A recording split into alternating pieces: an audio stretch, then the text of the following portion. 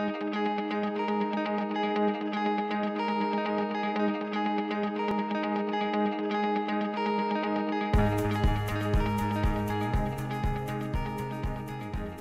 I'm Chris Baldwin with TriTech, and today we're going to take a look at FireView dashboard. While fire departments focus on protection against fires, maybe sudden medical emergencies, or exposure to dangerous conditions, your FireView or FireView dashboard system brings precision to the data that's used to plan and prioritize those daily responses. FireView dashboard is an operational analysis platform that's part electronic briefing environment where users can literally brief from the widgets that contain maps and various measures within the dashboard mode. It's part ad hoc analysis tool through the analysis mode where users can ask what, where, when questions against the information contained within the RMS, the CAD, information provided through GIS, and a deep history to go with it.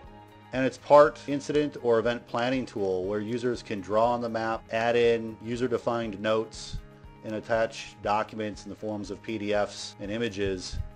And all this together enables local fire departments to better see and manage their daily service levels and response capabilities. This is all accomplished through a series of geospatial maps and measures. The maps we see here and the different measures as well. They're organized into briefing books that look like the functional roles of the department, books by district or function or department response. And this allows fire command, analysts, and others to access information quickly and easily that can be then used to optimize their deployment and response strategies while better allocating the limited resources that you have. From within our dashboard, each of the 6 widgets, like we see here, they represent focused queries that are automatically updated on a configurable schedule. Incidents last 7 days, for example, was updated earlier this morning. And this allows for ongoing analysis without the need for additional human intervention. Every time I want to look at the last 7 days of incidents, I have it right here. These widgets also offer multiple ways to look at the data and filter the data so that if the question isn't the last 7 days of activity, but the question has to do with Sunday and Monday in the last 7 days, our view of the data and the table of information will update based on those selections. As you can see, I've expanded my widget, which gives me a closer look at the data behind that metric and the ability to more quickly or interactively work with the information. Also, if I want to know what was used or how the data was queried to begin with, I can click on the eye in the upper right hand corner and obtain those parameters tied to what, where, and when. In this case, we have 6 widgets on a page. That page is called Recent Activity, and it's one of many pages located within the Executive Briefing Book, as you can see titled at the top. There are multiple briefing books within the system, oftentimes taking on names that look like the functional roles of the organization or the projects that may be worked on within. And these are essentially living documents that can be continually monitored for emerging insights. And each of the maps or measures that are contained within the widgets on any of the pages of our briefing books, these widgets are authored and then organized into the briefing books and the pages by specific users in the department, which could be your managers as well. And once that information is authored and organized, with just a few clicks, individuals can hop between briefing books and obtain the information they're looking for. Perhaps in this case, the information has to do with recent chemical abuse activity that can be found in our EMS briefing book. And again, we now have that ability to look at the metric, chemical abuse the current month, interact with the data behind it, maybe extract the data as necessary through our table and export all features. And when we're done, with a couple more clicks, navigate back to where we were before in the Executive Briefing Book.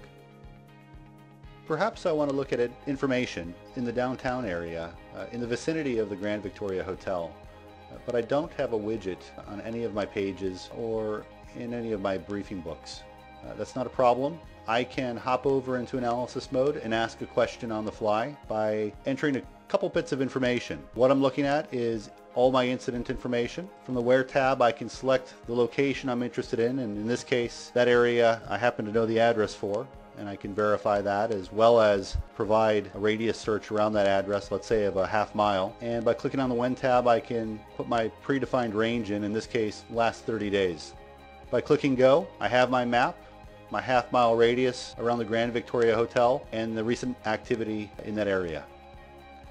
Now, let's say that I log off. In doing so, this query result that I have would be removed, and in order for me to ask that question again or see those results, I would have to step through the same query builder process. However, if I know that I'm going to need this for future use, I can access my layer and I can see I have the ability to save that result to my queries or save it as a widget. And now I can step through the form and complete the same items and validate and finish it off so that for future use it would then be available back in the dashboard.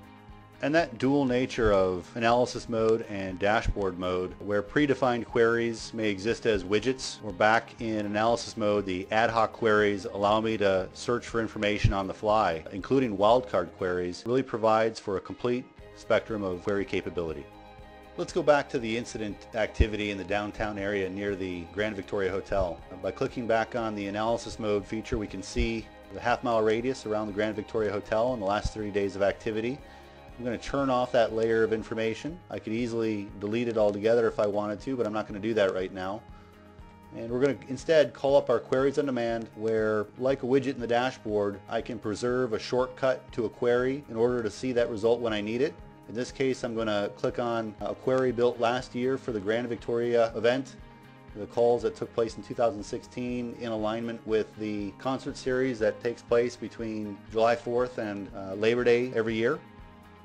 And I can see a geofence created over about an 8-block area north to south with the incident activity that took place in and around the radius of the Grand Victoria Casino. Just to the north of the casino, and as I zoom in, is the location for the concert series. And we have tools in here under the playbook that allow me to call up essentially what is the action plan or activity that we're going to participate in for the event this coming year as well as previous years. And I can see by turning that on the footprint for where the concert series takes place. Using ICS symbology, we dropped in symbols for roadblocks along Grove Avenue. If we wanted to add another roadblock along Lake Street, we could do that on the fly using tools here on the right. I can also access these points such as a command post to retrieve additional information, support our analysis and planning for the coming event this year, including a link to the website that we've added and a shortcut to the IAP used in previous years. When we're all finished, we can close the work once again, turn off our message windows, turn off the information in our playbook, step back and go back into our dashboard mode. And you can see that the event that we looked at, as well as incidents that we might be planning and dealing with, these tools really enable the fire command and analysts of our department to design, memorialize, and share action plans that are tied to the priorities that we face. And finally, from analysis mode, with the integration of features such as ArcGIS Online, the ability to add content from Esri, or the ability from a tactical perspective to call up pictometry and bird's eye view of the locations of interest, as well as export to Excel and print map capabilities, FireView Dashboard really opens the flow of analysis for any situation. FireView will replace many of the existing stovepipe solutions with a single pre-integrated platform, ultimately reducing your overall technology costs and providing a single vendor accountability for all your problem resolutions.